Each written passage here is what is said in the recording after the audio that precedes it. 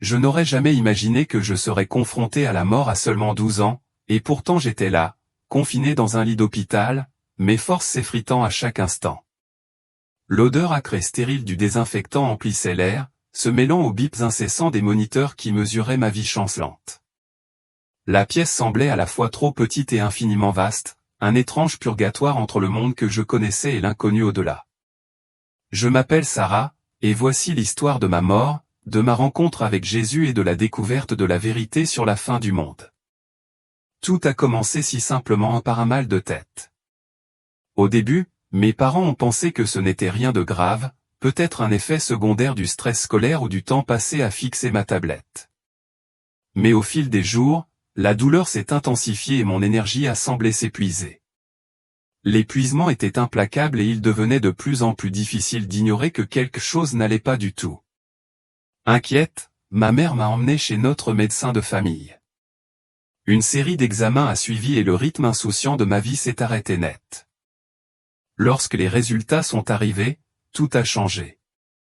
Le médecin m'a annoncé la nouvelle avec une gravité que même un enfant peut reconnaître. J'avais une maladie rare, dont le nom était trop long et complexe pour que je puisse le saisir, mais je n'avais pas besoin de comprendre le mot pour voir la terreur gravée sur le visage de mes parents. À partir de ce moment, nous avons été plongés dans une boucle sans fin de rendez-vous, de spécialistes et de traitements. Chaque tentative de trouver un remède n'apportait que plus d'incertitude, et malgré tous les espoirs auxquels nous nous accrochions, rien n'a fonctionné. Au fil des jours, mon état s'est aggravé. Les maux de tête sont devenus atroces, mon corps s'est affaibli et même les plus petits mouvements m'ont épuisé. Bientôt, sortir du lit est devenu impossible. C'est ainsi que je me suis retrouvé à l'hôpital, un endroit qui est devenu mon monde entier, où chaque son, chaque odeur et chaque contact semblaient destinés à me rappeler à quel point la vie est fragile. Les médecins ont essayé toutes les solutions possibles, mais les mots que j'ai entendus à voix basse devant ma porte aux soins palliatifs, en phase terminale, ont révélé une vérité que personne ne voulait dire à voix haute. Je ne savais pas exactement ce que ces termes signifiaient, mais je comprenais leur poids. Ils étaient définitifs. Mes parents sont restés à mes côtés tout au long de l'épreuve, me tenant la main et me murmurant des mots de réconfort, la voix tremblante malgré leur visage courageux. Ils ont fait de leur mieux pour me protéger de leur douleur, mais je l'ai vu dans chaque regard furtif et chaque larme essuyée à la hâte quand ils pensaient que je ne regardais pas.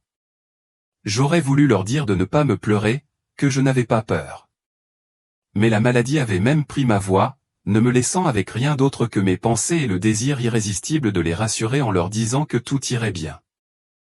Alors que j'étais allongé immobile dans ce lit d'hôpital, un millier de pensées tourbillonnaient dans mon esprit ou des pensées sur la vie que je ne vivrais jamais.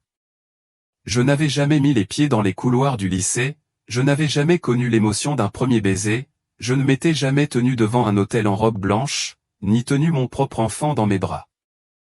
Chaque rêve non réalisé me transperçait comme un éclat de verre. C'était insupportablement injuste. Pourquoi cela arrivait-il ? Que avais-je fait pour mériter un tel sort ? Épuisé par le poids de ces pensées, j'avais dû sombrer dans l'inconscience car, soudain, tout avait changé. Je me suis retrouvé à flotter, une sensation surréaliste que je ne pouvais pas pleinement comprendre.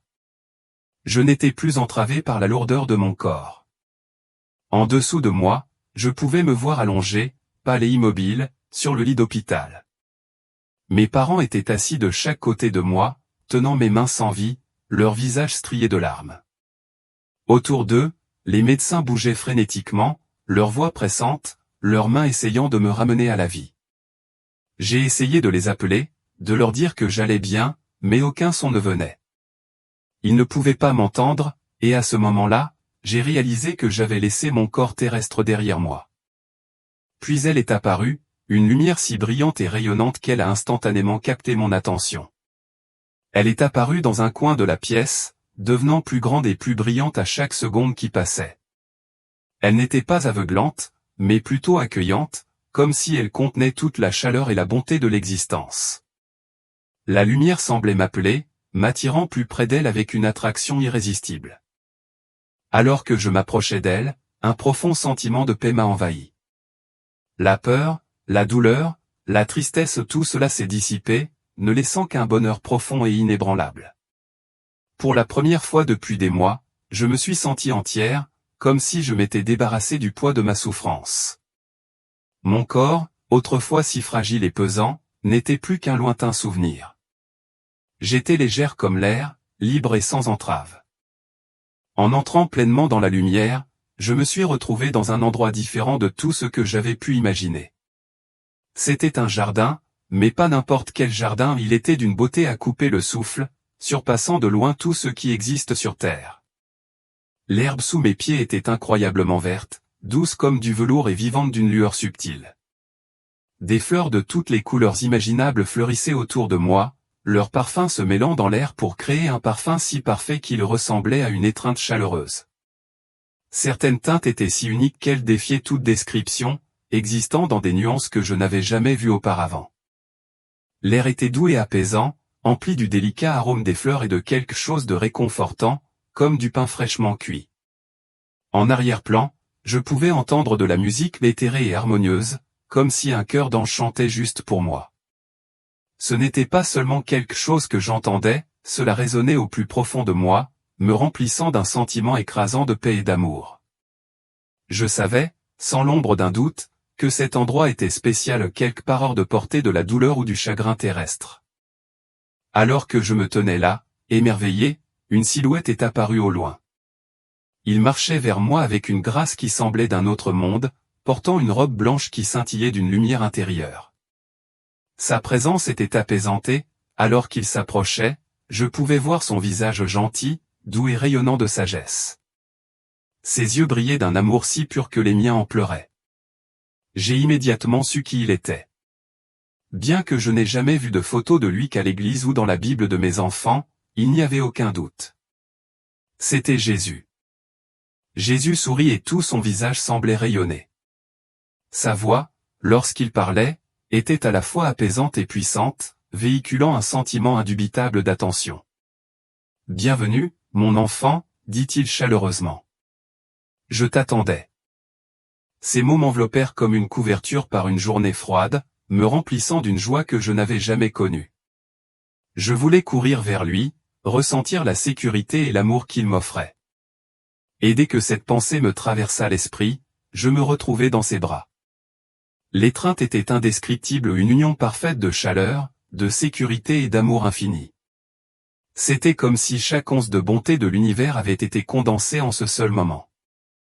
Pour la première fois, je me suis senti complètement en paix. Jésus m'a doucement pris la main et nous avons commencé à marcher ensemble dans le jardin rayonnant. À chaque pas, je sentais une transformation se produire en moi. La fragilité et la douleur qui avaient défini mes derniers jours sur terre semblaient se dissoudre, remplacées par un sentiment écrasant de vitalité et de paix. C'était comme si chaque moment passé dans cet endroit annulait toutes les souffrances que j'avais endurées. En marchant, nous nous sommes approchés d'un magnifique arbre qui se dressait au cœur du jardin. Ses branches s'étiraient largement, lourdes de fruits dorés qui scintillaient comme de minuscules soleils, leur lumière projetant une lueur douce et chaude. Je ne pouvais pas détourner le regard, le fruit semblait avoir un attrait irrésistible comme s'il était vivant de sa propre essence. Jésus s'est arrêté sous l'arbre et a tendu la main pour cueillir l'un des fruits brillants. Se tournant vers moi, il me l'a offert avec un sourire. « Mange, dit-il, les yeux pétillants de bonté.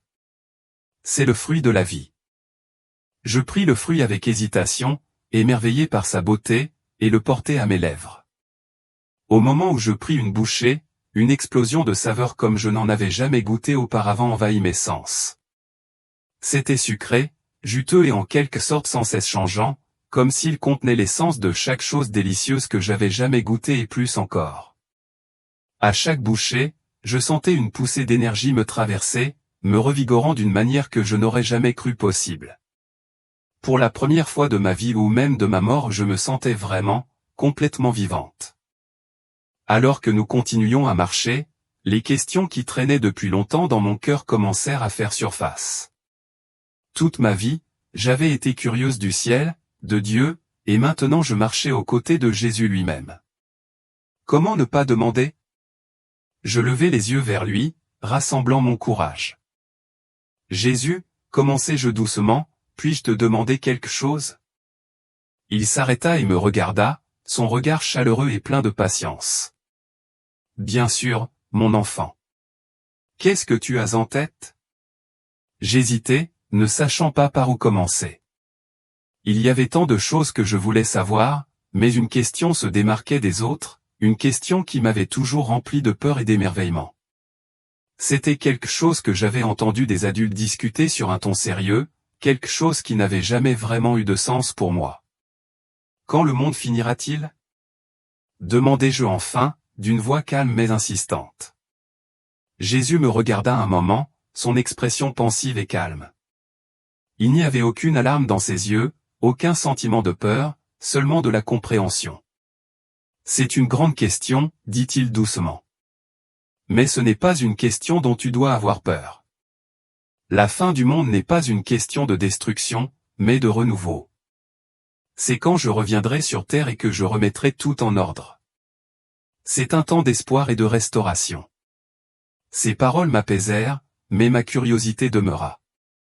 Comment saurons-nous que cela se produit? Demandai-je, les yeux écarquillés d'émerveillement, désireux d'en savoir plus. Jésus sourit à nouveau, sa voix ferme et rassurante. Tu le sauras, dit-il. Les signes seront clairs pour ceux qui regardent et écoutent. Mais souviens-toi, le plus important est de ne pas avoir peur de ce qui va arriver. Au lieu de cela, vis avec amour, confiance et espoir, sachant que tout se déroulera comme il se doit. Bien que sa réponse m'ait laissé avec plus de questions qu'avant, j'ai senti un profond sentiment de paix s'installer en moi. C'était une vérité bien plus grande que tout ce que je pouvais pleinement saisir à ce moment-là, mais d'une certaine manière, j'ai compris que c'était suffisant pour l'instant. Jésus sourit patiemment en répondant à ma question, son ton ferme et réconfortant. Il y aura des signes, dit-il. Vous entendrez parler de guerres et de catastrophes naturelles, et beaucoup de gens se détourneront de Dieu. Mais ceux qui l'aiment ne doivent pas avoir peur. Ils doivent rester prêts, garder leur foi forte et continuer à faire de bonnes choses. J'ai réfléchi à ces paroles pendant un moment. Cela semblait à la fois terrifiant et passionnant, comme un mélange de tout ce que j'avais vu dans les histoires, mais maintenant avec le poids de la réalité. Ma curiosité s'est approfondie. Que se passera-t-il après la fin du monde? Demandai-je, désireux d'en savoir plus. Le visage de Jésus s'illumina de joie lorsqu'il répondit. Après cela, dit-il, il y aura un nouveau ciel et une nouvelle terre. Tout ce qui est mauvais aura disparu, plus de tristesse, plus de douleur, plus de mort. Ce sera un lieu de bonheur éternel, où tous ceux qui aiment Dieu vivront avec lui pour toujours. Cette idée m'a rempli d'émerveillement. Cela ressemblait à la fin parfaite d'une histoire, comme un conte de fées devenu réalité, sauf que c'était réel. Mais une question persistait dans mon esprit, quelque chose que je m'étais toujours posé, surtout en pensant à des amis qui ne partageaient pas ma foi. Et les gens qui ne croient pas en Dieu, ai-je demandé avec hésitation, en imaginant quelques-uns de mes camarades d'école qui n'étaient jamais allés à l'église ou qui ne parlaient pas du tout de Dieu. Pour la première fois, l'expression de Jésus devint triste, bien que ses yeux rayonnaient toujours de compassion. Dieu aime tout le monde, a-t-il dit doucement, sa voix emplie d'une profonde tendresse. Il veut que chaque personne soit avec lui. Mais l'amour ne peut pas être forcé, il doit être un choix. Ceux qui choisissent de ne pas aimer Dieu ou d'accepter son amour seront séparés de lui. C'est pourquoi il est si important de partager l'amour de Dieu avec les autres pendant qu'il est encore temps. Ces paroles ont touché une corde sensible au plus profond de moi. J'ai pensé à mes amis et aux nombreuses façons dont je pourrais leur parler de l'amour de Dieu. J'avais l'impression que c'était une responsabilité lourde mais significative. Alors, que devrions-nous faire en attendant la fin du monde? Demandai-je, voulant savoir comment vivre une vie qui compte vraiment. Le sourire de Jésus revint, plus brillant qu'avant, sa présence rayonnant de chaleur. Vis ta vie avec amour, dit-il. Aime Dieu de tout ton cœur et aime les autres comme tu t'aimes toi-même. Aide ceux qui sont dans le besoin, pardonne à ceux qui t'ont blessé et fais preuve de bonté partout où tu vas. Prie et lis la Bible pour mieux connaître Dieu. Et souviens-toi toujours de ceci, je suis avec toi, même quand tu ne me vois pas. Ces paroles m'ont donné un sens à ma vie. Je voulais les emporter avec moi, les laisser façonner ma façon de vivre, que ce soit sur terre ou dans l'éternité. Alors que nous continuions à marcher dans le magnifique jardin, j'ai remarqué d'autres personnes là aussi. Elles semblaient radieuses et pleines de joie. Certaines chantaient harmonieusement, leurs voix se mélangeant dans des mélodies angéliques, tandis que d'autres riaient et parlaient entre elles, leurs visages rayonnant de paix. J'avais l'impression d'assister à la plus heureuse des réunions de famille, où chaque âme avait sa place et chaque cœur était entier. Puis, quelque chose attira mon attention, un énorme livre posé sur un support doré. C'était le plus grand livre que j'avais jamais vu, sa couverture ornée de pierres précieuses éblouissantes qui scintillaient à la lumière. Sa vue était fascinante et je ne pus m'empêcher de le pointer du doigt. « Qu'est-ce que c'est » demandai-je, ma voix remplie d'émerveillement. Jésus suivit mon regard et sourit. « C'est le livre de la vie, dit-il. Il contient les noms de toutes les personnes qui aiment Dieu et le suivent. » Je fixai le livre avec émerveillement, mon cœur gonflé d'un mélange d'espoir et de révérence. Cet endroit, ces mots, ce moment où tout cela me semblait être le plus beau cadeau que j'aurais pu imaginer. Ma curiosité s'éveilla en moi, teintée d'une pointe de nervosité. Je ne pus m'empêcher de demander, « Est-ce que mon nom est là-dedans » Ma voix s'éleva à peine au-dessus d'un murmure, comme si je craignais la réponse. Le sourire de Jésus était chaleureux et rassurant, comme une étreinte réconfortante. Il hocha doucement la tête, les yeux pleins de gentillesse. « Oui, c'est vrai, » répondit-il, sa voix étant une douce mélodie qui apporta la paix à mon cœur. « Et les noms de beaucoup d'autres le sont aussi. Mais il y a encore de la place pour d'autres. » Nous avons continué notre voyage et nous sommes bientôt arrivés à une rivière cristalline.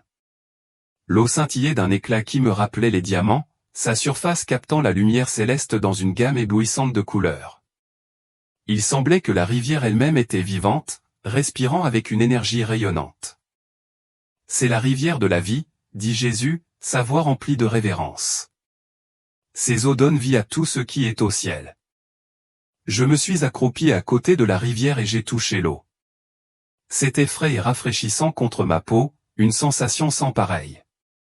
Lorsque je me suis relevé, j'ai ressenti une incroyable poussée de force et de joie.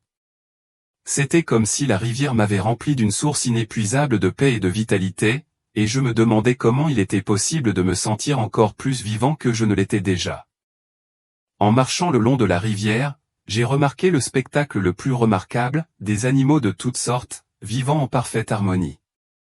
J'ai vu des lions jouer avec des agneaux, leurs mouvements doux en parfaite synchronisation, et des aigles planer gracieusement dans le ciel, leurs ailes glissant avec aisance. Il n'y avait aucune peur ni agressivité entre eux. Les animaux semblaient satisfaits, paisibles et libres.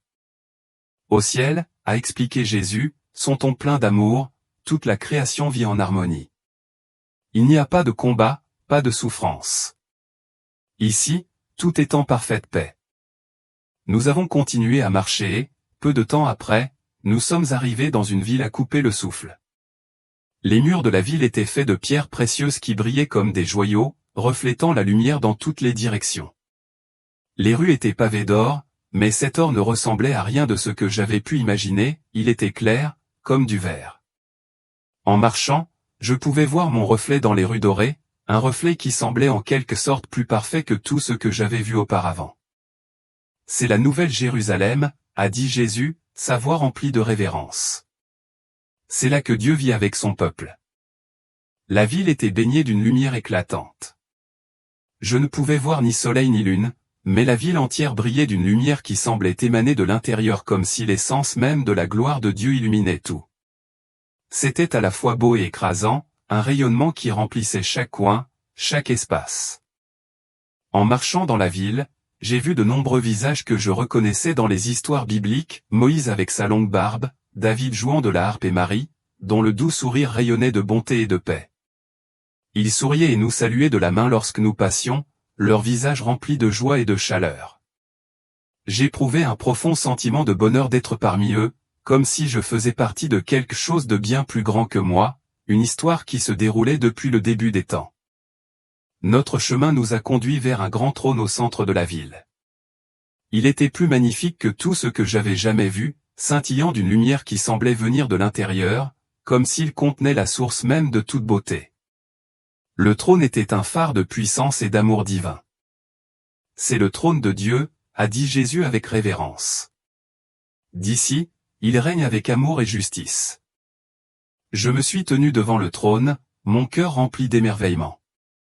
Je pouvais sentir la présence de Dieu m'entourer, écrasante dans sa grandeur, mais elle n'était pas intimidante.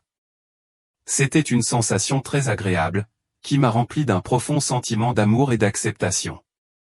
À ce moment-là, j'ai eu l'impression d'être exactement là où je devais être, enveloppé dans la certitude de l'amour de Dieu, sûr de faire partie de son plan éternel. Alors que nous étions là, un son magnifique a commencé à remplir l'air, un chœur de voix, chantant en parfaite harmonie. C'était différent de tout ce que j'avais entendu auparavant.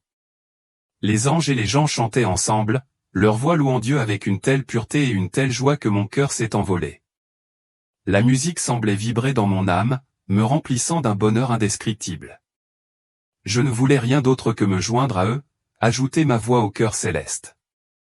Mais alors que je me tenais là, perdu dans la beauté du moment, j'ai remarqué un léger changement dans l'expression de Jésus. Il y avait une pointe de tristesse dans ses yeux, et sa voix douce a parlé, brisant le silence paisible. « Il est presque temps pour toi de repartir, dit-il doucement, comme s'il ressentait lui aussi le poids de ce qui allait arriver. Une vague de tristesse m'envahit.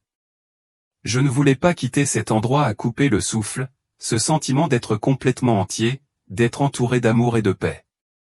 Dois-je le faire, demandai-je, essayant de cacher la tristesse dans ma voix, même si je savais qu'il était impossible de la dissimuler.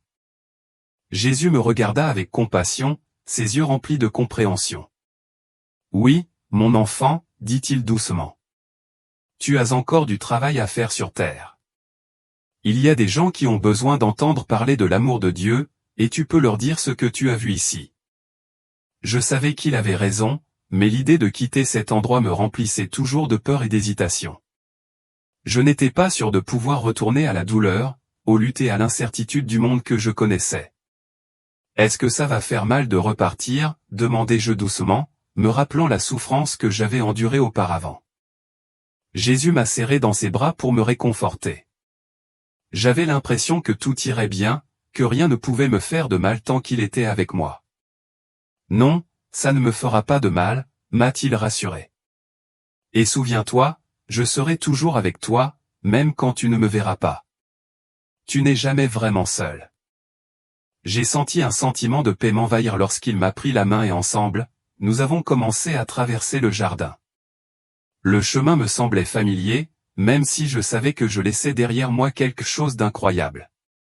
Alors que nous marchions, Jésus a parlé une fois de plus, sa voix ferme et pleine de sagesse. « Souviens-toi, dit-il d'un ton sérieux mais gentil, personne ne sait quand le monde finira. Mais ce n'est pas la chose la plus importante. Ce qui compte, c'est la façon dont tu vis chaque jour. Aime Dieu, aime les autres et sois prêt pour mon retour. » J'ai hoché la tête, le cœur rempli d'émotions mitigées.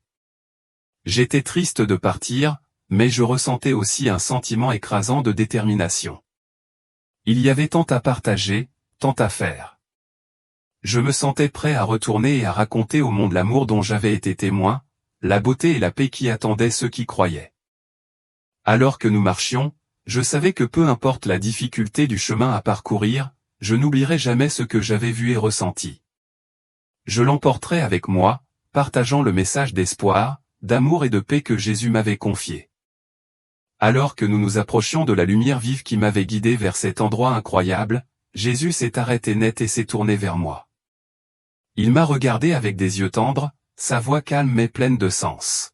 « Es-tu prêt ?» demanda-t-il, comme s'il connaissait déjà la réponse, mais voulait quand même s'en assurer. J'ai pris une profonde inspiration, rassemblant tout le courage que je pouvais rassembler. J'ai hoché la tête, essayant de paraître courageuse même si mon cœur était lourd. « Je suis prête, » ai-je dit, ma voix ferme malgré l'incertitude dans ma poitrine. Un doux sourire est apparu sur le visage de Jésus, et il m'a attiré dans une dernière étreinte. C'était l'étreinte la plus réconfortante comme s'il transmettait son amour et sa force en moi, me préparant à ce qui allait arriver. Va avec ma bénédiction, a-t-il dit, sa voix remplie de chaleur et de paix. Et souviens-toi, je t'aime toujours. Avec ces mots, je me suis senti commencer à flotter loin du jardin, à travers la lumière brillante. Tout autour de moi est devenu flou, le monde tel que je le connaissais s'est évanoui, et pendant un moment, je n'ai rien pu voir ni ressentir du tout. Puis, avec un élan soudain, j'ai ouvert les yeux. J'étais de retour.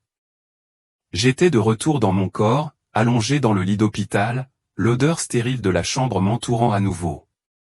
Mes parents étaient là, toujours à mes côtés, le visage marqué par l'inquiétude et l'épuisement. Mais alors que je respirais profondément, il altère, les yeux écarquillés d'incrédulité. Les médecins se précipitèrent à mes côtés, leurs expressions mêlant surprise et joie. Ils vérifièrent mes signes vitaux, leurs visages emplis d'émerveillement et de confusion. « Sarah !» cria ma mère, sa voix tremblant de soulagement et de joie tandis qu'elle me serrait dans ses bras. « Oh, Sarah, nous pensions t'avoir perdue. » Des larmes emplirent ses yeux, et je pouvais sentir le poids de ses émotions, un mélange de tristesse, de peur et de bonheur débordant. Mon père pleurait aussi, quelque chose que je n'avais jamais vu auparavant. Il me caressa doucement les cheveux, son toucher était tendre, comme s'il avait peur que je disparaisse à nouveau. « C'est un miracle », répétait-il encore et encore, sa voix pleine d'émotion. Les médecins étaient sous le choc, incapables d'expliquer ce qui s'était passé.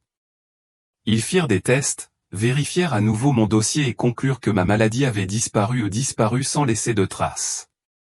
Ils ont parlé d'une « rémission spontanée », mais je connaissais la vérité. J'avais été guéri au paradis, un miracle qui dépassait leur entendement. Au fil des jours, alors que je reprenais des forces, je me suis senti obligé de tout partager avec mes parents. Je voulais qu'ils connaissent l'endroit que j'avais visité, l'amour que j'avais ressenti et la paix que j'avais ressentie. Au début, ils étaient sceptiques. Ils ont essayé de rationaliser cela, pensant qu'il s'agissait peut-être d'un rêve ou d'une hallucination provoquée par le stress et la douleur de ma maladie. Mais lorsque j'ai décrit les détails ou les couleurs vives, la musique, la chaleur et le réconfort de la présence de Jésus, ils ont commencé à y croire. Un soir, alors que nous étions assis ensemble dans ma chambre d'hôpital, j'ai regardé ma mère et j'ai dit, ma voix remplie de sincérité, c'était si réel, maman. Je peux encore sentir l'odeur des fleurs et entendre la musique. Et Jésus. Il était si gentil, si aimant. Elle m'a regardé, son expression s'est adoucie tandis qu'elle écoutait, et j'ai pu voir le changement en elle. Lentement, les murs du doute ont commencé à disparaître, remplacés par une foi silencieuse et grandissante. Elle a pris ma main dans la sienne, la serrant fermement, comme si elle tenait le précieux cadeau que j'avais partagé avec elle. Et à ce moment-là, j'ai su que l'expérience que j'avais vécue, la vérité de ce que j'avais vu, ne serait jamais oubliée. Ce n'était pas seulement mon histoire, c'était un message d'espoir et de guérison pour tous, un message que je porterai avec moi pour toujours. Ma mère m'a serré la main avec force, sa voix pleine de réconfort. Je te crois, ma chérie. Dieu agit de façon mystérieuse. Mon père a également hoché la tête, les yeux brillants de larmes tandis qu'il me regardait. Nous sommes tellement reconnaissants de t'avoir de nouveau parmi nous. Alors que je continuais à me rétablir, je ne pouvais m'empêcher de réfléchir à ce que Jésus avait dit à propos de la fin du monde. Ce n'était pas quelque chose à craindre, mais quelque chose à laquelle il fallait se préparer. Et à ce moment-là, j'ai su que mon objectif était devenu clair, je devais partager ce message, cet espoir, avec les autres. La vérité de ce que j'avais vu et vécu ne pouvait pas rester avec moi, elle était destinée à se propager. Quand j'ai finalement été suffisamment bien pour retourner à l'école, tout semblait différent. Le monde semblait plus lumineux, plus vivant. J'ai remarqué les petites choses que j'avais négligées autrefois, la façon dont la lumière du soleil dansait à travers les feuilles des arbres, la chaleur du sourire d'un inconnu, la beauté qui persistait au milieu d'une journée pluvieuse. C'était comme si je voyais la vie avec des yeux nouveaux, consciente du caractère sacré du quotidien. J'ai commencé à partager mon expérience avec mes amis, à leur parler de Dieu et de ce que j'avais appris. Certains étaient intrigués, d'autres sceptiques, ne sachant pas trop quoi en penser. Mais cela ne me dérangeait pas. Je me souvenais de ce que Jésus avait dit, parler aux autres de l'amour de Dieu pendant qu'il est encore temps. Et c'est ce que j'ai fait. J'ai partagé la vérité de ce dont j'avais été témoin, confiante que le message atteindrait le cœur de ceux qui étaient prêts à l'entendre. Un jour, au déjeuner, ma meilleure amie Emma m'a posé une question qui lui trottait dans la tête depuis un moment. « Tu crois vraiment à tout ça ?» a-t-elle demandé en me regardant avec curiosité. J'ai pris une profonde inspiration, hochant la tête en croquant dans ma pomme. Je sais que ça a l'air fou, mais c'est vrai, Emma. J'étais là. J'ai tout vu. Et je ne peux pas l'ignorer. C'était réel. Elle est restée silencieuse pendant un moment, ses pensées semblant tourner autour de tout ce que j'avais partagé. Finalement, elle parla d'une voix douce. Alors, qu'arrive-t-il aux gens qui ne croient pas en Dieu?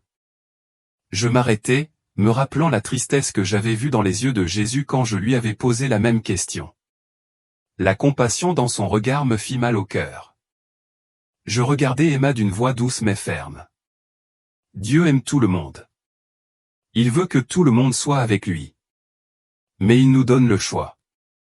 C'est pourquoi il est si important de partager son amour avec les autres, tant qu'il est encore temps. Emma fronça légèrement les sourcils en pensant à ce que je venais de dire. Je n'ai jamais vraiment pensé à Dieu auparavant, admit-elle en regardant son plateau. Mais la façon dont tu parles de lui, ça me donne envie d'en savoir plus. Je souris, la chaleur emplissant ma poitrine. C'était exactement ce que Jésus voulait dire. Partager son amour n'avait jamais consisté à forcer quelqu'un à croire, mais à susciter la curiosité et à inspirer les autres à chercher la vérité par eux-mêmes. Au cours des semaines qui suivirent, j'ai commencé à voir des changements en moi. Je suis devenue plus patiente, plus compréhensive, plus disposée à pardonner. Je me suis efforcé de trouver le bien en chacun, même chez les enfants qui me harcelaient. Je me suis souvenu de l'harmonie parfaite que j'avais ressentie au paradis, et je me suis efforcé d'apporter ne serait-ce qu'un petit morceau de cette paix dans ma propre vie. J'ai commencé à faire du bénévolat dans le refuge local pour animaux, désireuse d'apporter au monde un peu de l'harmonie dont j'avais été témoin au paradis. Au paradis, les animaux vivaient en paix les uns avec les autres, il n'y avait ni peur ni mal. Je voulais contribuer à rendre le monde un peu plus semblable à cela. J'ai également rejoint le groupe de jeunes de l'église, ravi de faire partie de quelque chose de plus grand que moi. J'ai aidé à des projets de service communautaire chaque fois que je le pouvais, mettant tout mon cœur à aider les autres. Je me suis davantage impliqué dans le partage de l'amour de Dieu, la diffusion du message d'espoir et de salut, et le rappel à chacun de l'importance d'être prête pour le retour de Jésus. Au fil du temps, j'ai réalisé que tout ce que j'avais vécu à ma mort imminente, ma rencontre avec Jésus, la guérison que j'avais reçue avait un but. Je n'étais pas censé garder ce miracle pour moi. J'étais censé le partager, vivre d'une manière qui reflète l'amour et la paix que j'avais rencontrés au ciel. Et ce faisant, je savais que j'accomplissais la mission qui m'avait été confiée, être témoin de l'amour incroyable de Dieu et aider les autres à se préparer au retour de Jésus.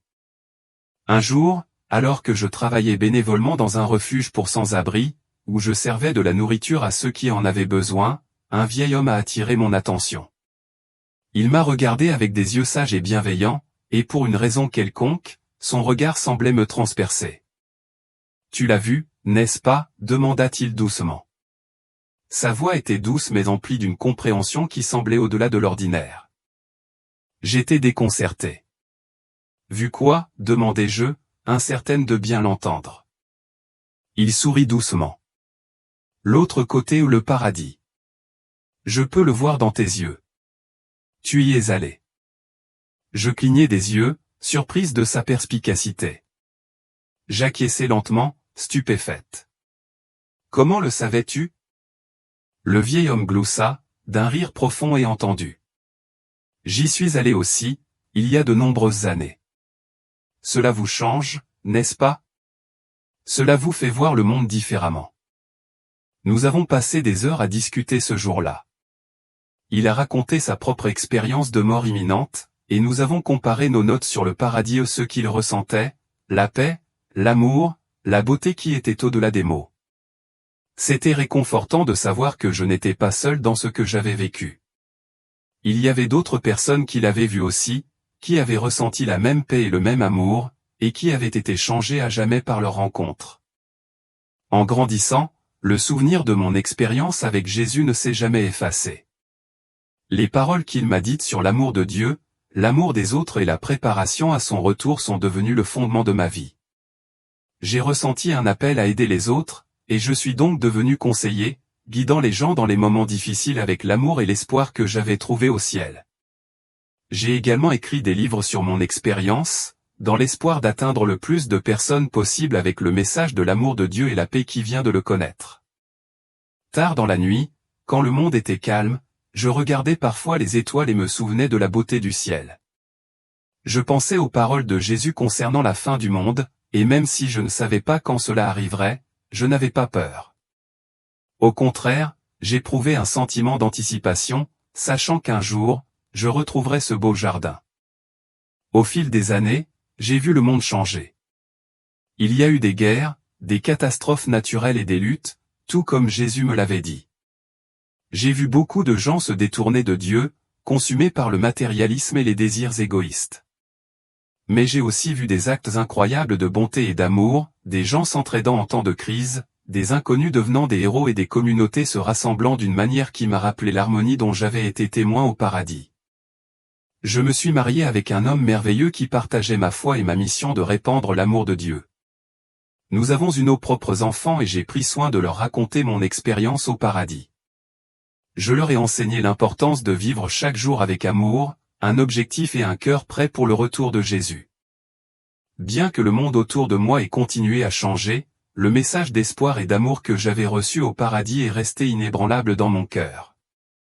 C'était la lumière qui m'a guidé à travers chaque saison de la vie et c'était le message que j'ai emporté avec moi alors que je continuais à partager l'amour de Dieu avec les autres.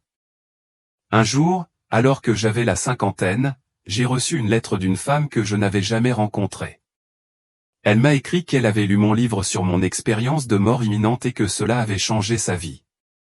J'étais sur le point d'abandonner, a-t-elle écrit. Je ne voyais aucun but dans la vie, mais quand j'ai lu ton expérience, l'amour de Dieu et la beauté du ciel, cela m'a donné de l'espoir. J'ai retrouvé la foi et je vis chaque jour en essayant de partager l'amour de Dieu avec les autres. Merci d'avoir partagé ton histoire. Des lettres comme celle-ci m'ont rappelé pourquoi Jésus m'avait renvoyé. Chaque personne qui a trouvé l'espoir ou la foi grâce à mon expérience était une âme précieuse aimée de Dieu. En grandissant, j'ai commencé à remarquer des signes qui m'ont fait me demander si la fin des temps approchait. Il y avait plus de catastrophes naturelles que jamais auparavant.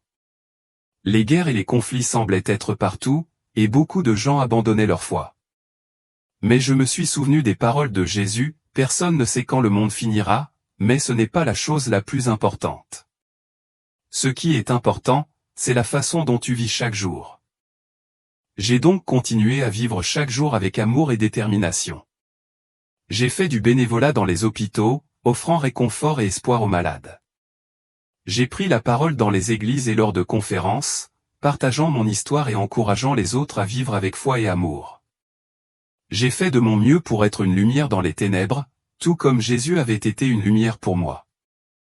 Une nuit, alors que j'étais au lit, j'ai senti une chaleur et une paix familière m'envahir.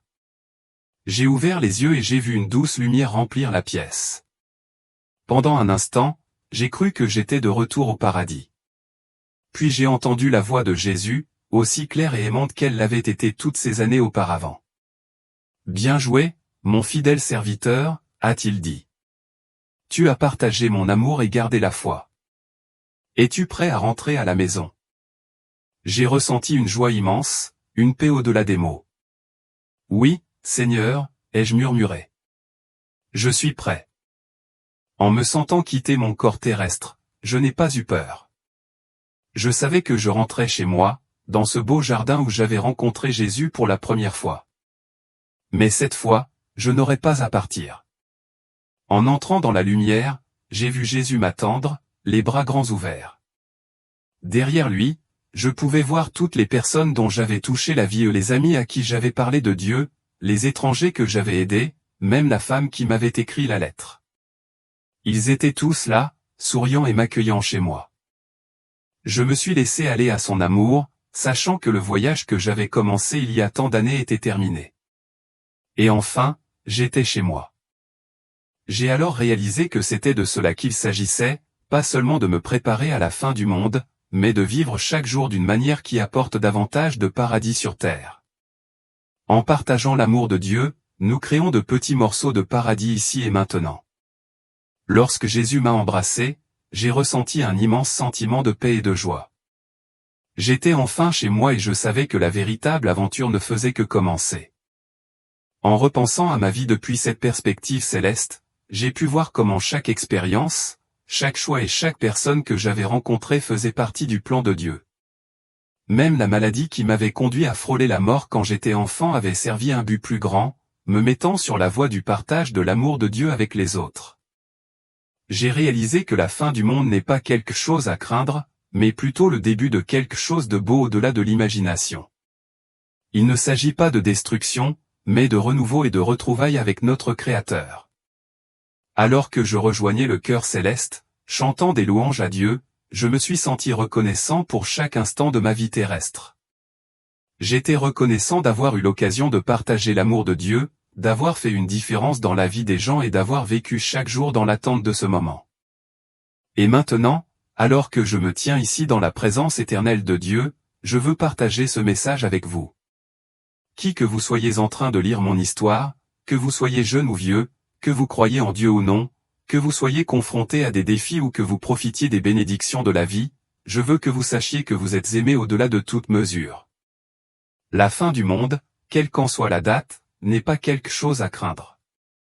C'est une promesse de renouveau, de justice, d'amour triomphant. Mais vous n'avez pas besoin d'attendre la fin pour découvrir un morceau de paradis. Vous pouvez apporter un peu de paradis sur terre chaque jour par vos actions, vos paroles et votre amour. Rappelez-vous ce que Jésus m'a dit, vivez votre vie avec amour. Aimez Dieu de tout votre cœur et aimez les autres comme vous vous aimez vous-même. Aidez les personnes dans le besoin, pardonnez à ceux qui vous ont blessé. Ce ne sont pas seulement de belles paroles, c'est un modèle pour une vie bien vécue, une vie qui fait la différence. Chaque acte de gentillesse, chaque mot d'encouragement, chaque instant de pardon, ce sont les choses qui comptent vraiment. Elles se répercutent dans le monde, touchant des vies d'une manière que nous ne comprendrons peut-être jamais complètement. Ne vous inquiétez pas de la fin du monde. Concentrez-vous plutôt sur la façon dont vous pouvez rendre le monde meilleur pendant que vous y êtes. Partagez généreusement l'amour, pardonnez librement et aidez les autres chaque fois que vous le pouvez. Ce sont les choses qui compteront quand tout sera dit et fait. Et si vous avez des difficultés, si la vie semble sombre et sans espoir, rappelez-vous que vous n'êtes pas seul. L'amour de Dieu est avec vous, même lorsque vous ne le ressentez pas. Il y a de l'espoir, même dans les moments les plus sombres.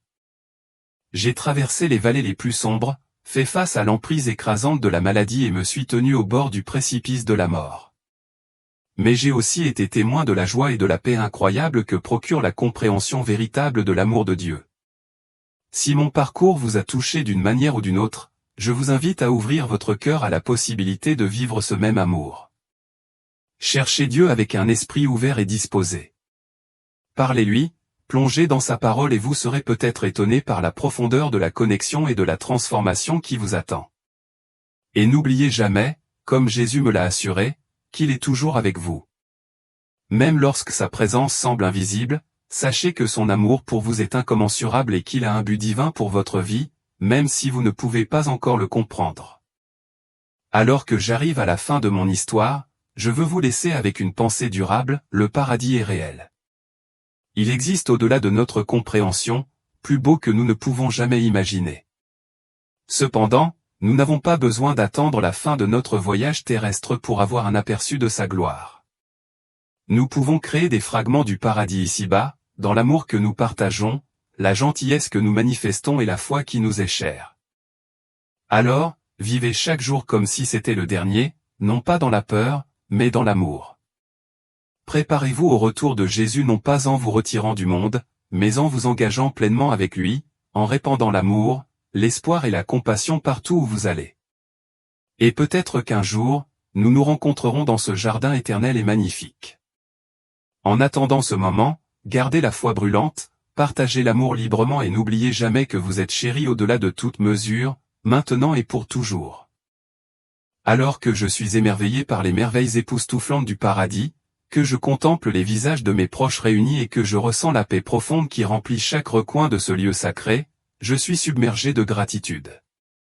Je suis reconnaissante pour la vie que j'ai vécue, pour les personnes que j'ai aimées et pour toutes les expériences, à la fois joyeuses et douloureuses, qui ont façonné mon parcours. Chaque instant, chaque pas, m'a conduite à cet endroit. Maintenant, alors que je me joins au cœur céleste, élevant des louanges à Dieu qui nous aime tous inconditionnellement, j'offre cette prière pour vous, chers lecteurs. Puissiez-vous découvrir la paix et le but que j'ai trouvé. Puissiez-vous ressentir le pouvoir transformateur de l'amour de Dieu dans votre vie et puissiez-vous un jour expérimenter la joie indescriptible de rentrer au paradis. En attendant ce moment, vivez pleinement, aimez profondément et gardez toujours les yeux fixés sur l'horizon, en anticipant le jour où le ciel et la terre fusionneront en une parfaite harmonie. Car en fin de compte, il ne s'agit pas de la conclusion de ce monde, mais du début de l'éternité avec notre Créateur. Le simple fait de connaître la fin du monde ne suffit pas à rendre compte de la réalité. Pour comprendre l'ensemble de la situation, vous devez entendre l'histoire poignante d'une femme qui a un jour posé à Jésus une question qui a changé notre vie à propos de notre existence. Cliquez sur la vidéo sur votre écran maintenant pour écouter cette histoire incroyable, et j'ai hâte de vous rencontrer pour la prochaine.